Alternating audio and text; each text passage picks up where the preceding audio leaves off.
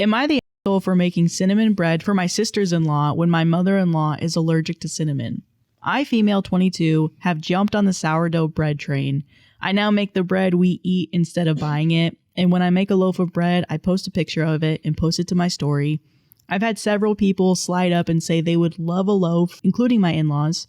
Right now, we are visiting our family. I brought my starter and baking supplies to make loaves for the people who have asked while staying at my mom's. For my in-laws, I made 3 loaves.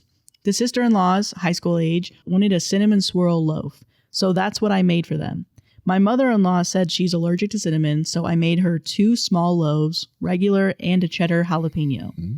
I baked our loaves first to avoid any cross-contamination, and I wrapped the cinnamon loaf and put it in its own container separate from the loaves that would go to mother-in-law.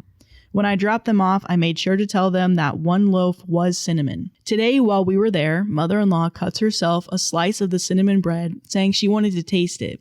All of us said she shouldn't really do that since she's allergic to cinnamon. Right. She said that she would avoid the cinnamon swirl and just eat the plain bread. After more protest, it was clear that she was not going to listen. She ate it and said it was good and cut another slice. Okay. After a while, nothing happened. My husband and I assumed that maybe she isn't as allergic as she thought and everything was fine.